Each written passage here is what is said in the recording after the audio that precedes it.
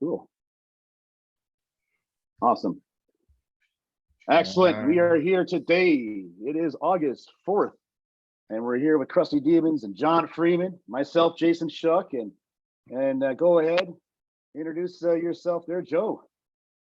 Yep, I'm Joe, and we are joined with John from Crusty Demons, and we're going to chat about the history of Crusty Demons, how it was formed, how we got to where we are now. And yeah, I'll just hand over the mic. Beautiful. Since even though there's no mic, the virtual, let's just imagine there's a mic. mic. The virtual, virtual mic. I love it. Jason, oh my gosh. John, just the first question here. Yes. Just kind of curious, when you first saw motocross and riders in action, how did that make you feel? Motocross. Let's see. Freestyle motocross, and Well, freestyle motocross is a whole other thing, but let's go back to motocross. Okay. When I was a little kid, my dad took me to the LA Coliseum to see Supercross. I had never heard of it before. I was riding little dirt bikes on the ranch and had a little what is it, YZ60, and we're trying to do wheelies and jump out of ditches, and and my dad took me to Supercross, and I think it was Roger DeCoster was winning all those Supercross competitions. And what Supercross was, it was contain it into a stadium, and you can be in a bleacher seat and you can watch the whole race instead of an outdoor one, that goes away from you, and then here comes the guys every once in a while. But Supercross came over from Europe, and it blew us all away because it was just action, jumps, everything in your face. So that was my first encounter of fast racing on dirt bikes. So of course we wanted to emulate, those guys, and we'd race up in Ojai, California on my dad's cattle ranch. And there was hundreds of acres, so we could go till we ran out of gas, But of course we wanted to emulate, those guys that were the fastest guys on dirt bikes and their jumps and all that. So that was kind of my first encounter. Dad took me to Supercross. And, what a great introduction. So many years later, after pretty much, got into like surfing, snowboarding, and my partner Dana was a professional snowboarder. And he said, everything that we're doing with these movies, which was in snowboarding, jumping off cliffs, doing crazy lines, doing all that kind of stuff. He said, why don't we go check out, what these guys are doing on the dirt bikes, which was pretty much Brian Manley took us out to the desert and showed us that you could go like from sand dune to sand dune. I was blown away. I was shooting like Super 8, film, and I didn't know what to do with that. So I just put it in snowboard films, right? In Creatures of Habit. And from there, I was like, holy crap, what else can these guys do? So we started hanging out with Jeremy McGrath, who was the GOAT of Supercross, and Jeff Emick, another GOAT of outdoor motocross and Supercross. And we started following those guys around with cameras. And like you see these guys, at a race, you're outside the ropes, right? Well, somehow they liked my movies, so they let us inside the ropes, and we just started goofing with these guys, and we came up with Crusty Demons 1.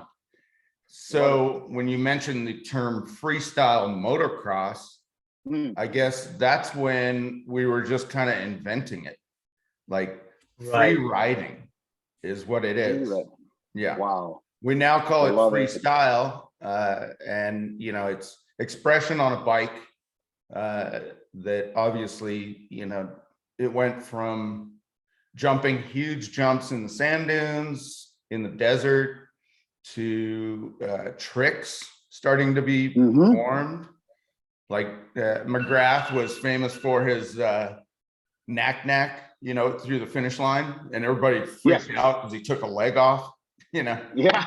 So it just progressed from there. And obviously, through the progression of that, we had Kerry Hart attempt the first backflip, which was like ridiculous.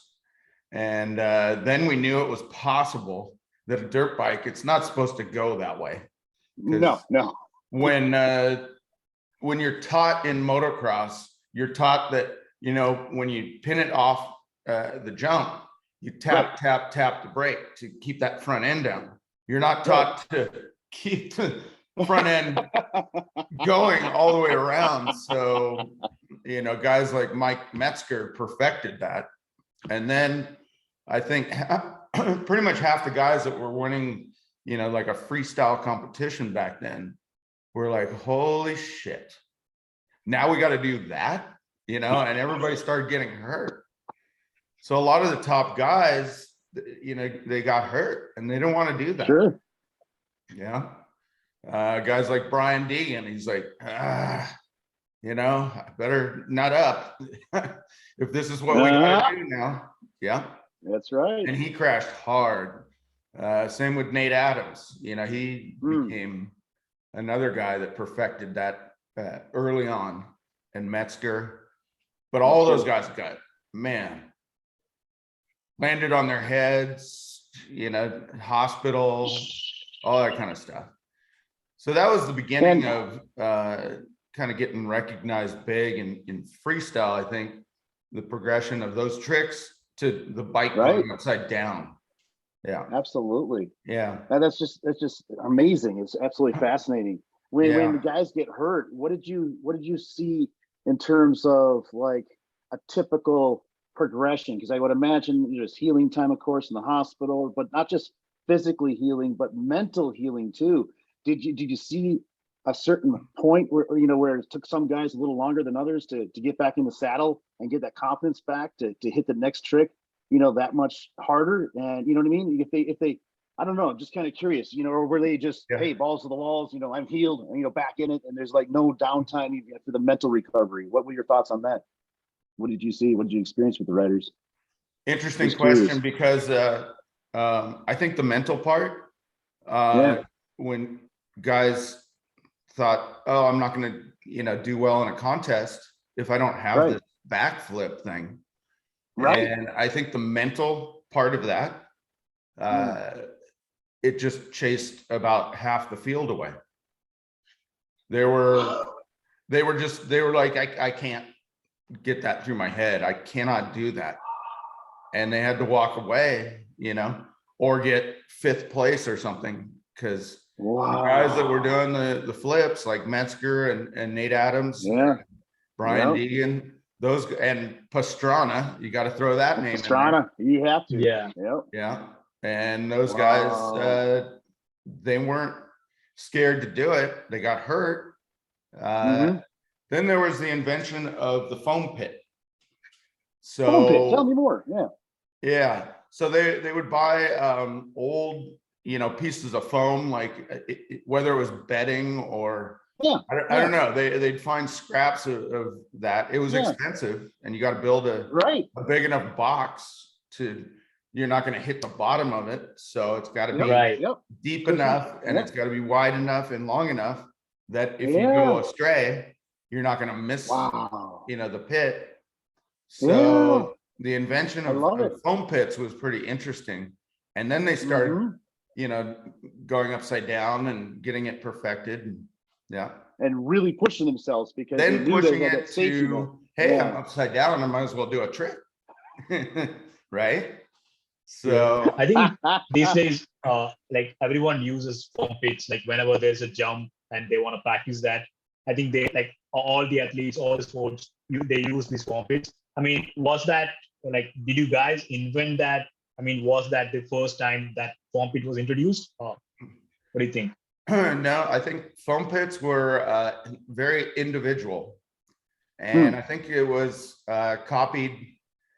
Where we saw maybe, how skiers were practicing, you know, those crazy tricks Mhm. and landing in water and stuff like that. Mhm. Well, Mhm. water in a bike, that's going to take a while to get the water out. So they looked at, I think gymnastics, they were using foam pits. I think Yep. BMX guys, they were doing tricks into that stuff. But nobody really knew anything about like a motorcycle landing in it. So the biggest thing with a motorcycle is once it lands and the bike's either sideways, upside down, or whatever, and you're in this foam, it's leaking gasoline. Oh no. It becomes Yes. a fireball if that thing sparks. Absolutely. So what they would do is, you know, they do a couple of warm-up laps, get ready to hit the ramp to go in the thing, turn their gas off. There's enough gas just to get, you know, off the ramp, do the backflip and land in there, and then there's no gas dripping in. So that's what they do. Yeah. That's the secret. I was gonna say, you know, they have guys with fire extinguishers by the side or something like that, but no, that's brilliant. Just turn the gas off right before. Love it. Turn the gas off. There's That's enough great. gas to get you, you know, to point A to point B. And Metzger, I believe early on, there was so much gas in his foam pit and there was a spark and the thing, it lit up like, you know, a chimney. Luckily he got out, but you know, the guys started worrying about, you know, should we get fire retardant, you know, foam? Right. That's expensive. Expensive. Oh yeah, absolutely. So they just came up in the early days with turn the gas off. Yeah.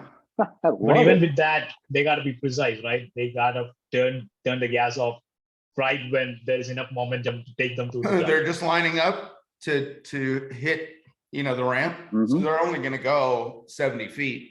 So they're going to go rock, boom, in the thing. So right when they're going like that, they reach down and turn the gas off. And they got enough to, you know, point A to point B.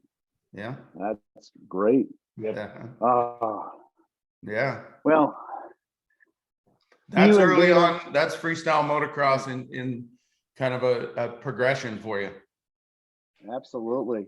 And guys like Jeremy McGrath and Jeff Emmett, they were like, oh, look at these guys doing silly tricks. Then when it went upside down, they're like, I don't want to do that. These guys have taken it to, you know, another level. This is getting kind of serious now. Oh, totally. Yeah. A whole different echelon, you know, it is. With setting the bar, and in order to, you know, really outdo the previous guy, you got to take it one step higher, and just to see that happen. And I'm sure that's how it went. Yeah. And I'm sure that's kind of your progression with your 21 films, right? I mean, you look at, you know, 21 films, the TV series, the video game, you know, it's been 27 years since, you know, Crusty Demons of Dirt. So is that what you saw with your progression, you know, from one film to another, just, you know, more and more tricks? And, you know, just kind of curious, that's one question. And then also the second question is, when you first started the first film, what were your expectations? Did you ever think it would blossom into what it became? What was the first question? Oh, sorry. That's you know, with the 21 films, each film you progressed more and more with the stunts, right? Because as the evolution of the art of freestyle continued to push the envelope, I'm sure through your films, you know, the same thing occurred, right? You had to, oh, what are we to do next? You know, to capture more people's interest and thinking outside the box and talking to the writers. What do you think you can do? What can we do for this film? That's the first question. I think for me, in the beginning, as I was telling you before, you know, we'd cruise out to the California desert, find big sand dunes, and we'd hit up, you know, some of the desert areas that had, you know, possibilities of big jumps and stuff like that. So that was kind of in number one. And number two, Crusty number two, I thought more like a surf filmmaker. Let's go find not the best wave in the world. Let's find the best sand dunes in the entire world. and my friend gave me a Wow. postcard to look at the biggest sand dunes in the entire world. They're in Namibia, Africa, right next to South Africa. Yeah, Huh. in the middle of nowhere, skeleton coast where diamonds wash up on the shore, and heavily guarded. And so I think with our films, we kind of progressed by taking dirt bikes around the world in search of like the best places to ride. What's you know, the most amazing things that we could do to showcase on film for people to watch in their living room, you know, Right. and live vicariously through our adventures. In the meantime, we were getting noticed a lot by like ESPN, and that was the progression of when X Games actually added dirt bikes to X Games. That's when we went up to San Francisco, right under the pier, and that's where Travis jumped his dirt bike into the bay. So they knew how these guys are radical. Do we want them? You know? But it made for spectacular television. So it lasts till today, as we're talking. Absolutely. So, You better yeah. believe it. That's just Yeah. amazing, you know. And the these progression guys- was, okay, now we have competition. So the guys would go and you know, practice individually at their own homes and try and keep their tricks secret, because they're going to come out in a competition. They don't want to have the other guy know, you know, what he's practicing. Yeah. I love it. Yeah. Oh So if my that gosh, answers it's the awesome. first question there. It sure does. Absolutely, John. Thank you. Yeah. And then when you first made your first film, obviously, did you ever, what were your expectations? Did you ever dream that it would become as big as it has become? I mean, the whole Crusty Demon fan franchise. Never. Never Never, thought yeah. of that. You know, I was off making snowboard movies when Right. Crusty was just kind of, I don't know, organic. It just developed into my hands. And then I thought, oh, you know, maybe this is, you know, a film that we could bring out in the motocross industry, and let's see what they think of. Pretty much my guys were like a handful of knuckleheads, except for the top racers like a McGrath or an Emick, you know. Sure. But the other guys were like the misfits, you know, that were struggling at racing, you know, and struggling in their vans, trying to get around to, you know, motocross events and not making money. And so we scooped up a bunch of those guys that were really good, especially like a Kerry Hart. You know, we met him and he was struggling, arguing with his mechanic and frustrated in Florida that, you know, he's like, man, I came all the way out here from Vegas, you know, and I'm not winning. And we're like, hey, come with us, buddy. Want to go to Brazil? He's like, what? Wow. Wow. Yeah. You know, that had to be so cool. Yeah. You know, to be able to give opportunity to guys that were struggling on the race, but you give them a platform where they can really excel and show their creativity. Yeah. What an amazing, you're making dreams come true, you know, through these films with a lot of these writers. That's awesome. Oh, John, I love it. And guys like Brian Deegan, he won a 125 Supercross main at the Coliseum, and he was such a rebel that when he was going through the finish line, he threw his bike. It's a famous shot, and the Motocross Association fined the shit out of him. They're like, this is so irresponsible. He's like, I don't give a fuck. I just beat everybody, man. So I was like, that's my guy. I need that guy right there. Absolutely. Yeah. Yeah. A guy that's not afraid to think outside the box. You know, 'cause that's what it really takes. You know? And a kid like Pastrana, you know, like Pastrana, we found him in Florida on just a whim. We were following around some of the motocross things, Supercross, and we found this little 12-year-old kid. He's like, hey, what are you guys building over there? We were building a big jump over like an alligator pond. And he's like, can I hit your jump, guys? And I had Kerry Hart, Seth, this other guy, Anthony Pocaroba, that brought us over to Florida. And we're like, who's this little kid? I said, well, ask your mom and dad, if you're allowed to hit our jump. So he went over, Mom, Dad, can I hit their jump? Can you make it, son? Of course I can make it. Yeah. So that's where we discovered Travis Pastrana. He hit our jump like nothing. And his dad was like on the other side, almost trying to grab him in the air and make sure that he made it. He's like, Dad, get out of the way. What are you doing? I love it. Oh, traveling Joe. to these different places, we would find unique individuals, and that progressed our films. So, Sure enough. we found people all over the United States, a lot in California, from Temecula.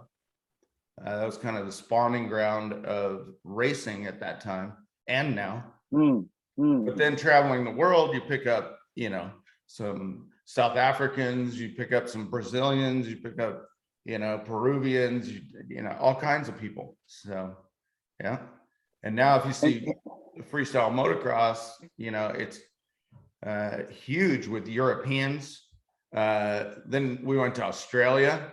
Those guys, they don't like to lose. So they got to ride with Americans and see what was going on and then start beating them.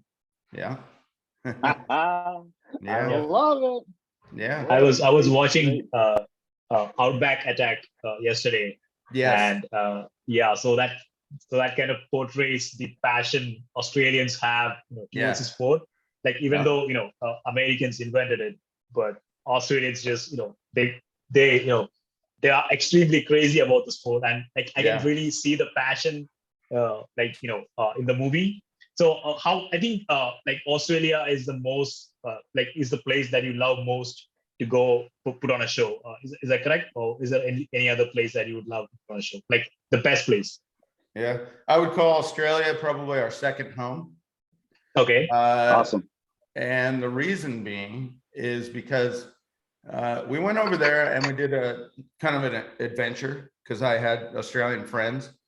They were pretty much surfers, and they took us to cool beaches and different things. And so we showcased Australia, I think in maybe Crusty 3, something like that. And but in what was it, 1999, I got a call from a guy that said, what if all the craziness that you have in the film there, is it possible that you can bring that to Australia and do it live? And I said, well, I don't know, you're gonna pay the guys? Yeah, we can pay them. And what are we gonna do? So they took one of our guys, his name is Mickey Diamond, and he went out there before we got there, and he built a big course. And so we didn't know where Perth, Australia is. We had no idea. We thought, oh, this is great. So I gathered up, my misfits and said, we're going to go and we're just going to put on an exhibition for a crowd over in Australia. And we're just going to make it look like the movie, just kind of mayhem, do your tricks, sign autographs, whatever it is, so they put us on a plane. Of course, everybody got drunk. We landed. We thought we were in Perth, Australia. We got off the plane. We were in Japan. What? We're like, why are we in Japan? Then we got on the plane again, and we landed in Kuala Lumpur. And Kuala Lumpur has this thing where you sign like, I did not bring any drugs, right? And I'm looking at all the guys just going, nobody brought anything, right? And they're like, no, we didn't, because it's like, it says death. If they find like a pot seed or something, it says death, buddy. And so then we went Oh from my there. Everybody's about ready to kill this promoter guy that's flying us there because it took 2 days and it shouldn't. You can go straight to Sydney and then Perth. And Right, so right. we landed there and 3 limos pull up. And we're like, I wonder what kind of rock stars are here. They're like, hey, you guys the Crusty Demons? Yeah. All right, here's your limos. All right, I guess we're not going to kill this guy then, And then we were like, what are we going to be doing over here? Because we had no idea. And so we go out to this, it's like a water park, and they let all the water go out, like where jet skis go through. Right. And so the guy, our Mickey, he built 100-foot jumps, and the guys were looking at it just going, who's going to hit those? And Mickey goes, Right. just watch, guys. And he just hit every jump for the guys, and he goes, that's it. And Metzger goes, I'm on it. So it was the Metzger show. He just started hitting the 100-foot jumps, doing tricks, all kinds of different things. So then we started doing like, hey, one at a time, and Deegan and Linkhogel were doing their thing. Metz is doing his thing. Seth, he's just trying to do long distance stuff. So who else did we have? Clifford Adoptante went with us, the Flying Hawaiian. So when it came down to the show, we went out there and we came in limos again, and we were like, why are all these cars here? Is somebody having an event or something? And people are walking all down the street. You couldn't even see the venue yet. It was like, oh my God, man, wow. 20,000 people came out, and we were like, this is for us. We don't even know what we're doing. We have no show plan. So they had sponsored by Jack Daniels. So we had the Jack Daniels dancers, girls. So we were like, okay, we got girls, this and that. And it was like, what else can we do? And there's 2 guys going, hey, we can blow fire. I'm like, all right, you get your little gasoline cans and your flame torch or whatever you got, and get underneath this ramp. So I had Deegan and Linkhogel come off, and those guys were blowing fireballs. That's our first pyro. I love it. Right. So we invented pyro. amazing. We had dancing girls, 20,000 people going nuts. Seth did a big crash, so he was a hero. Metzger doing his show. Yeah, it was great. Kerry Hart was there too. He was doing all his whips, and so that was the early crew. And that from then on, we were like, man, we like Australia. So we kept getting called back to do more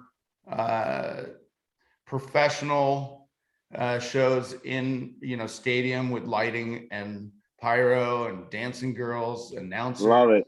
That Oh kind of my thing. gosh. Yeah. So that's how that started with that. Yeah. With Australia. Thank And I you must for say sharing that first show, it ended with cop cars turned over, on fire, people running. Oh, Yeah. One guy, I learned yesterday that, I don't know, he got drunk or something, and he was getting chased by the cops, and ran into like a farm wire because he went across a paddock trying to get away. No. I guess it clotheslined him, and he was done. So cool. I didn't even know that. I didn't know that we had one death of that. So due to that, of course, authorities are going to start looking at who are these guys. There's cop cars on fire. There's riots. There's all this stuff. We better get the hell out of here, man. Wow, that's absolutely crazy. Yeah. What a great intro into the So from there, we had to beef up security. I would say so, definitely. Yes, I don't think we even thought of security. Well, it wasn't our job to, but I don't think the promoter thought of it. Right. No. I didn't think that there was going to be 20,000 people. That's kind of hard to contain. Yes, indeed. and there's You're either getting alcohol. drunk. Yeah, exactly. There's alcohol. there's Testosterone. stunts They're you've never seen. Australians. They like to go nuts. So, Yeah, there is this Oh, particular scene in the wow. movie where Larry Lincoln goes, like he takes a mic and he yells at the crowd, "Come storm the gates," Oh, yeah, something yeah. like that. Storm the and people just stadium. go, And yeah, everybody storm the just jumped out stadium. of their seats and came down on the field and started Yeah. breaking everything. Yeah. Yeah, I thought that was absolutely crazy. I think people were tackling him like immediately after that. Yeah. He was stoked. All they wanted to do was just kind of grab him and touch him, like Yeah. we're touching the American icon, they just wanted to grab him. So Yeah, it wasn't that's- really like aggressive in that way, people fighting or something like that. Right. They just Right. loved the fact that Larry just said, "Hey, just go nuts, come out of the stadium." So they all did. Came on the field, and our set was like broken cars and all this, and so they were just bashing, broken shit anyways that we already had out there. Break the windows, and he's just inciting that whole thing. Our promoter was probably like, "Oh my God, what are we doing?" Yeah. But And that you guy can called you guys imagine- back again, right? You can imagine the hotel rooms. They look like, the Oh, pretty much Motley Crue came through. I can only imagine. Yep. Absolutely. We had a lot of hotels that said those guys are never coming back. No way. I think we had to go under another name for as we kept going. Yeah. Wow. It's funny. Yeah. Yeah. Crazy moments back in the Oh, earlier yeah. chapters. Oh my lordy. Pretty much like some of the hotels, like all the furniture was out the window into the pool. It's like Wow. pretty much, the rock and roll kind of lifestyle. Girls coming I in, love it. windows, all kinds of stuff. And of course, it attracted some of the kind of like the Hells Angels type, but Yes. Yes. we had back then in Perth, it was called coffin cheaters. So we had the coffin cheaters, and once we made friends with these guys, they would Yep. be at the airport. Every time we come in, those guys were there. Yeah. Just big Love dudes, it. big beards, gnarly, and nobody could mess with us. I would bet not. Forget about security guards. We had those guys. Yeah. Anybody even comes close, they're like, nope. Nobody touches my boys. Yeah. So an interesting time. Yeah. Oh, Yeah. wow. Yeah. Great times indeed. With all Uh-huh. these amazing, over the top, unbelievable, just incredible stunts, near death experiences, is there one that really stands out in your mind more than another as like, oh my God, that was just over the top, like nuts. I can't believe, whether it was successful or not. Was there one that really stands out? Because there's many stunts I know, but was there one that really almost gave you a heart attack there? There's a few, but I'll narrow one down. Okay. We had and I think you guys have this for the channel, Right. Night of World Records 2. Yes. And we had a jump off between Seth Enslow, Ryan Capes, and Robbie Madison. And Robbie Madison moved his ramp back where it was like a 300-foot gap. And we didn't even know what's the barriers back then. We're like, oh my God, this is getting gnarly. And luckily there was like, a bit of a safety deck before the big landing. Yes. And he came up like only about a foot onto the safety deck. If he had hit into the back of that big mountain of dirt, you know what I mean? He'd be done, dead.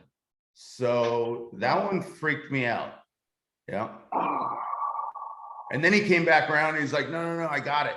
And then he broke the Guinness Book World Record at Wow. I forget, like 357 feet or something like that night. The Unreal. story is in Night of World Records too. It's pretty amazing. But yeah, is that one, nuts. that was kind of scary. Wow. Just to think that, you know, we could put something on like that in front of, there was 35,000 people that night, you know, Oh. and what if somebody died? So that one, Yeah. that definitely, you know, scared me, that one. Yeah. I would say so. Oh my gosh. But what I love was the fact that he just went back out and he did it again. It was like no fear. Yeah. Like he was that close to death. And he's like, Yeah. no, you know, I've got this. I will do it. And he hit the world Yeah. record. I mean, that's just, Because each that's guy awesome. was given like 3 jumps or something was the competition. And he's like, no, I got it, you know, and then boom, he broke the world record. Yeah. You know, that just brings up a question. I was going to save it for like maybe our second fireside, but you know, this is a good time to bring this up, I think now, because the timing, and that is when you have encountered so many personality types and the character traits, you say like, you know, some fall off and can't continue riding after, you know, an incident, you know, like 50%. I think that was the number that you used. You know, but for those riders that jump back in the saddle and hit it again, what would you say the top 3 traits are, or 2 traits, whatever you can think of, that separate those athletes, that the ones that can just put that behind them? You know, what have they shared with you, or what have you experienced, or what have you seen that, because this is exceptional. This is exceptional character traits. Fear was to stop so many people, whether business, personal, or athlete. You know, fear is and overcoming that fear is a huge obstacle for so many different people, with both on the field and off the field. And so what would you say for all the different riders that you have experienced your precious time with, and in an incredible life of becoming the icons that you and Dana are in your specific field? What have you seen to be so exceptional that you could put down to like 2 or 3 things?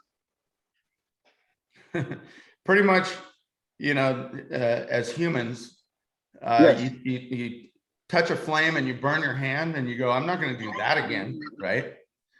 These guys go, I want to do that again, you know. There's an adrenaline rush, I think, in certain individuals that hung out with us, that we could kind of see it, you know, that the guys that wanted to challenge themselves, go further, go bigger, do better tricks. So it was a unique set of individuals that wanted to take on that challenge. In the beginning, it didn't really add too much money. So that developed in time, that sponsors started getting attracted to them, like a Red Bull, like a Monster, like a Rockstar. So a lot of the energy drinks were able to blossom in that way and start sponsoring the guys. So they started seeing money and competition. Definitely they loved, because they were racers. Pretty much all of them were racers in the beginning. So they already knew the adrenaline of race, and they would get hurt, you know, racing. But they were tough guys. You could back up, or you go to the hospital and you mend up your wound, and then you get back on the bike. So like you're saying, you know, what's inside these guys, I think it takes, you know, a tough individual, not only physically but mentally, to get back up, you know, because everybody goes down. There's not one guy that didn't crash really hard, break something bad, and get back up and get back on the bike. Love it. That's awesome. Thank you. I think Thank you for sharing that. There is a moment in one of the films where Bobby Madison says this, like, in the end, you know, it all comes down to this. So it's, hey doc, when can I ride again? It's not whether I can ride again. It's when can I ride again? When can I get back on my bike and do a jump? So that kind of mentality, you know, it's there all the time. That's just amazing. When Seth had his big crash where they had to he collapsed his whole, like, this part of your face, you know, the skull. Wow. Yes. So what they yes. had to do was like cut his face and peel the face off and Wow. put titanium in his face there, so he has titanium there. And then they stapled his head back together. So he's like, Wow. you know, with that shot with the staples. I don't know if you have that one. Oh, That one's God. crazy. And he said, Doc, when can I get back on the bike? And he's like, you're not getting back on the bike for, you know, 6 months. In 3.5 or 4 weeks, he did a world record jump. Wow. Doctor's like, I told you. Wow. No. Yeah. I think he was in the Coliseum and he jumped over a bunch of trucks or something like that that were out there, maybe a monster truck gig. And Oh my God. he was back on the That bike like in 4 is- weeks. Yeah. Is So phenomenal. the mentality of that kind of thing comes with a certain, you know, individual that is very unique, and we seem to have found a bunch of those guys. So You sure have. Absolutely. Yep. I yeah, love it. Oh my gosh. my alarm keeps going Joe. off telling me to talk to you guys. Let me turn this thing off. Joe, go ahead. What do you got? What do you got for John? Yep. Once he turns off There his, we go. and responds to his wife. Yeah. So, John, you mentioned the most. I mean, the one crash that almost gave you a heart attack. But in all the years, like, is there a moment that is so precious to you, you know, personally, like that you will always cherish, like along the journey, like the whole, you know, all 24 films, like the tours that you did worldwide? Is there a one specific moment in time that is so precious to you personally? Like, it might be different for different people, but is there a particular precious moment like that for you that you'll always remember and it'll always be close to your heart? So is there a moment like that that you can share with us?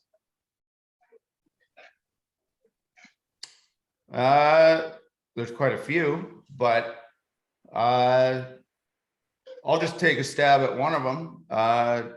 In Sure. Crusty Demons #8, it was when I got to rent a volcano in New Zealand.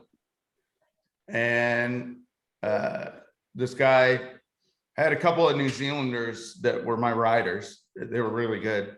They were in my shows, but they showed me this volcano and said, hey, it'd be cool if we ride around the rim.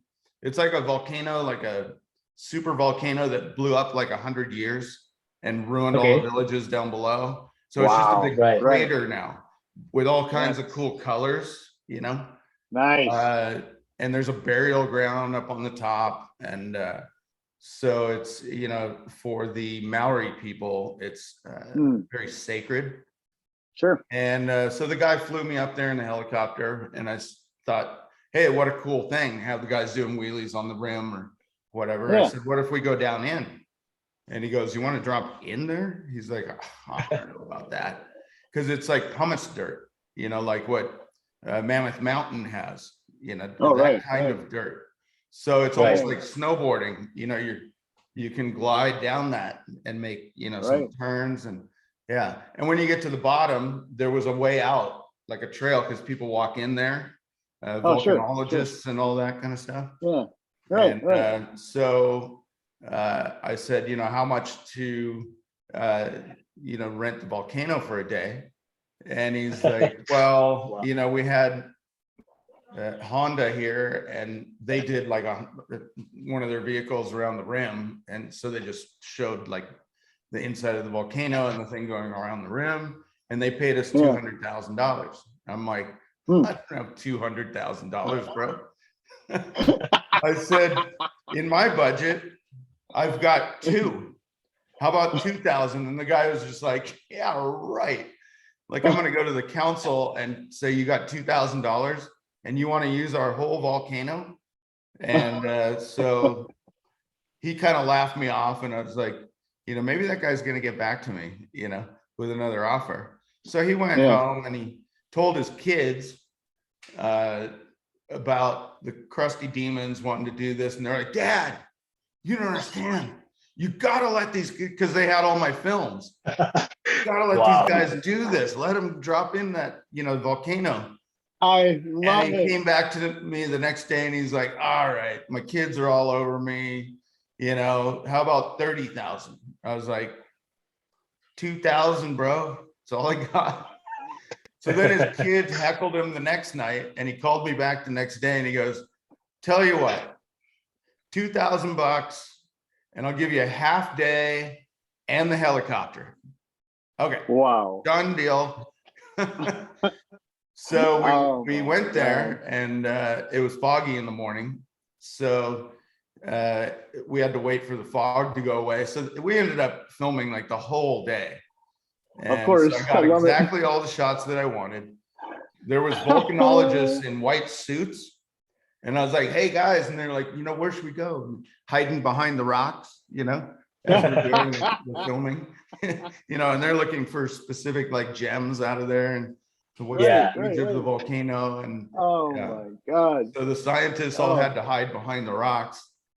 And so we had quite a day there. There was a couple of crashes all the way down tumbling into the volcano, and super shots, all around the rim, and then the guys drop in. So came out very cool. Yeah. So that one stands out because just the process of getting to buy a volcano, Yes. for a Yes. day. And if his sons were not into CD, you know what I mean? If they were not Crusty lovers, it would have never happened. It would have never happened. Yeah. You see, you're saying like CD, you mean DVD, but back then I'm saying we weren't Crusty even Demons, that Crusty far. Demons. We were in VHS. I'm saying Yep. Crusty Demons. CD is abbreviating for Crusty Demons. Crusty Demons. Oh, CD, yeah, yes. Yeah. That's my short term for you. sorry, John. Yeah. So CD, Crusty Demons, CD. If his son, there's their kids were not into your films on VHS, It wouldn't have happened. It would have never happened. It would have never No. happened. It would have never happened. And I don't think that's going to happen anytime soon. Ever since we left. No. For $2,000? Yep. No, never. The first thing the heli guy told me, and he was in charge of the whole process for the Maori people, and he runs the tourism board there. He said there's a sacred part on this one side of the volcano. Tell you guys, do not go there. Where do they go first? I lift up in the helicopter, hanging out the window, about ready to, film with 16 millimeter. And he's like, the guys are all over the cemetery. What are they, Oh my God. He was like, I'm in so much trouble, with the council, because there's going to be dirt bike roosts all over their cemetery. Yeah. Oh my God. Yeah. And I That's told just them, crazy. don't go there. Of course. Well, First thing they do. Yeah. Like, when we tell our kid not to do something, don't touch a hot stove. What do they do? Oh, let's just touch a hot stove. Same kind of thing, same concept. Yeah. So a little slap on the wrist. We landed, and I was like, guys, what a great. Yeah, we need to, honor these people, and no going in their cemeteries. Yeah. In That's life, just crazy. Yeah. When people have a passion, and I just respect you and Dana so much, and you stayed true to your budget. You're like, hey, $2,000. Maybe there's a way you could have put together that 30,000, but no, you stuck to your grounds of the $2,000, and somehow you're able to convey, this love for what you do. Yeah. And his son saw that, and then it's like serendipity. It's you have been in a position for so many years to be doing what you love and happen to get paid to do it. That's phenomenal. I love it. Yeah. That's a great position you're in. Yeah. I love it. And then wow. as we progressed, more sponsors came on board, so distribution was a lot bigger for us on Crusty 2. Because Crusty 1 I didn't have distribution because it didn't exist in motocross. It was pretty much like highlights of Supercross and maybe a crash tape or something like that. So with Crusty One, all I did, I just took all my snowboard distributors and got it in surf and skate and snowboard shops. And that's kind of how it started. Then motocross shops started calling and going, hey, you know, I think when we first started, we sold maybe 5 VHSs to motocross shops of Crusty One. Yeah, they were like, I don't even know what it is. What is it, bro? You know? So the popularity came out of the rest of the action sports areas and distribution. Then we got a call from Fox Racing. Yes. Which is one of the biggest apparel companies, if not the biggest in motocross. And they said, what's it going to take? Because we want to sponsor your second film. And I said, I don't know. And so they gave me some offer, I don't know, $25,000. And to me, that was like $1 million. I was like, 25 grand, man. I could make that go a long way. We're going to Africa, boys. So that's kind of how that happened.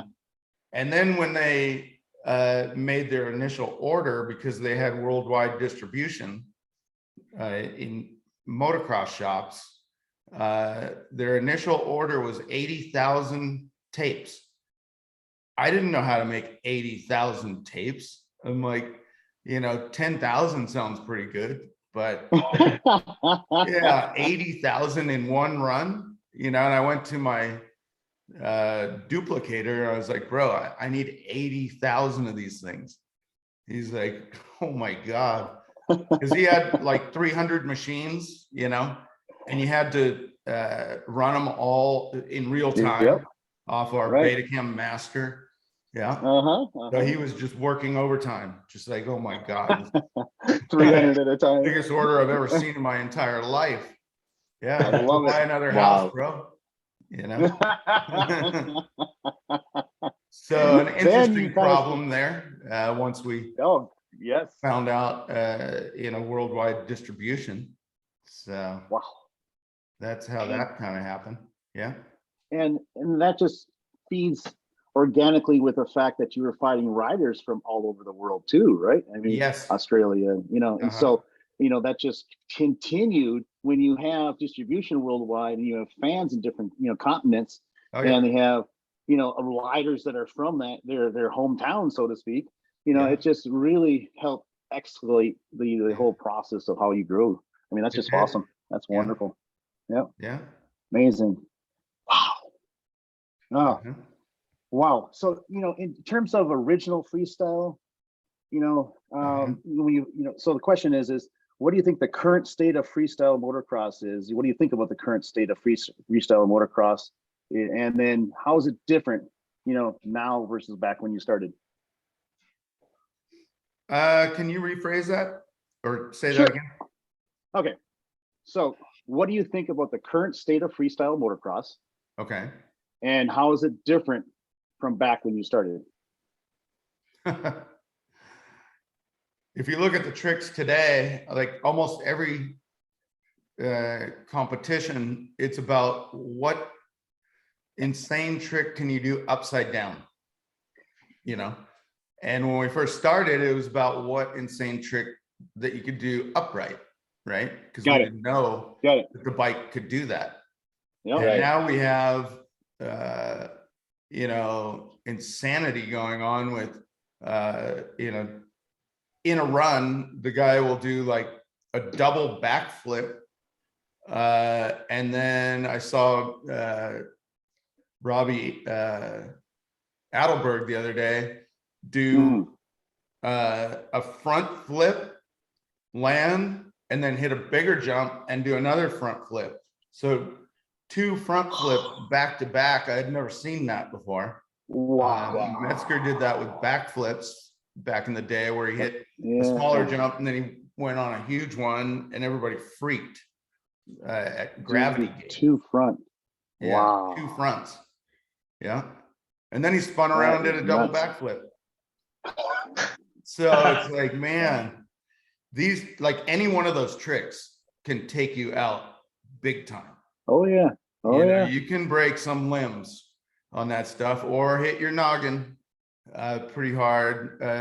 Because our friend Jacko, he tried Yeah, to it's do Jacko. a variation in a front flip Yeah. and landed Yeah. kind of sideways, and it just knocked the shit out of him. So he had to go to the hospital on that one. But so that's the difference. The tricks today are so gnarly. You know, to do front flips and double back flips and all that kind of stuff. Yeah. Like in a double backflip, where are you? You know, Mm-hmm. you're going like Mm-hmm. that, and you're trying to spot your landing. You know, Yes. what if you're in the wrong spot? That's not going to go Mhm. well.